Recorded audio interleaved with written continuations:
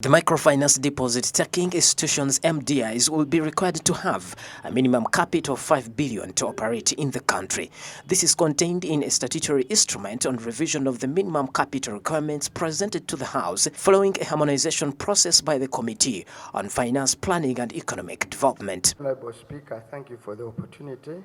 Right Honorable Speaker, you know earlier our position was that 2 billion would suffice. But when we went to the committee and listening to the plea of Bank of Uganda, Ministry of Finance, and other, the middle ground was that for now we can live with 5 billion, which the chair has elaborately put forward in the report. So largely we agree with the position as presented by the chair of the committee, much as I didn't, but it's up to this House to see through if that is fair, and then they can take a decision.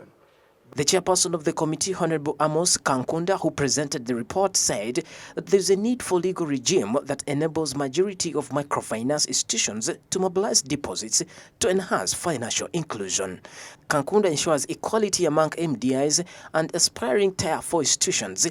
The minimum paid-up cash capital requirements should be based on the size of the balance sheet of the institution. The majority of such institutions operate under Tier 4 like SACCOs are not legally allowed to take deposits. That majority of the microfinance institutions are still operating under Tier 4.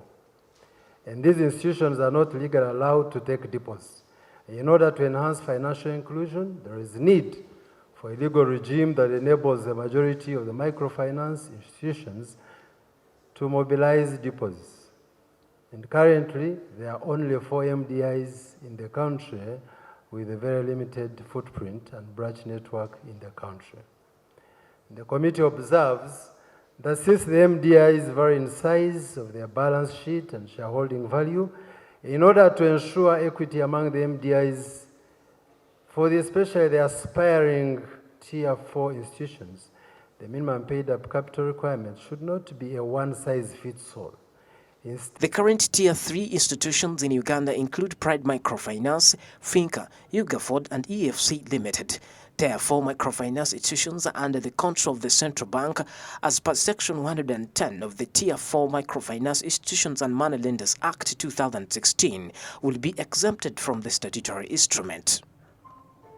The Shadow Minister for Finance, Honorable Muhammad Mwanga Chivumbi, emphasized the need to deepen the reach of deposit-taking institutions to enable mobilization of money in communities. That these Tier 4 SACCOs are not deposit-taking institutions.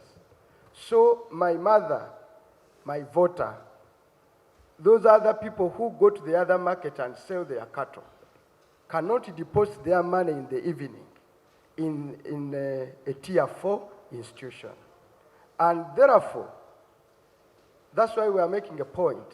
If we don't deepen the reach of Tier 4, a lot of monies will remain in the community unmobilized. He added that government should encourage indigenous investors to enter the space of money lending in a bid to secure the economy. The State Minister for Finance, Honorable Henry Musasizi, agreed with the committee position and commended it for setting a middle ground. He said that government preferred 10 billion, but since MDS cannot get it, 5 billion is good enough. Honorable Minister, do you agree with this position? Do you think it can suffice for now? We would have preferred the 10, but since we can't get it, the 5 is good enough. I therefore agree with the position. Thank you. Colleagues, this is a matter which... Microfinance deposit of the 5 billion as indirectly intended to kick off the smaller scale operationers and more so the local investors. Because there is no way you can condition someone to first have a deposit of 5 billion when even what is the capital, the working capital required may not even exceed even 20 million.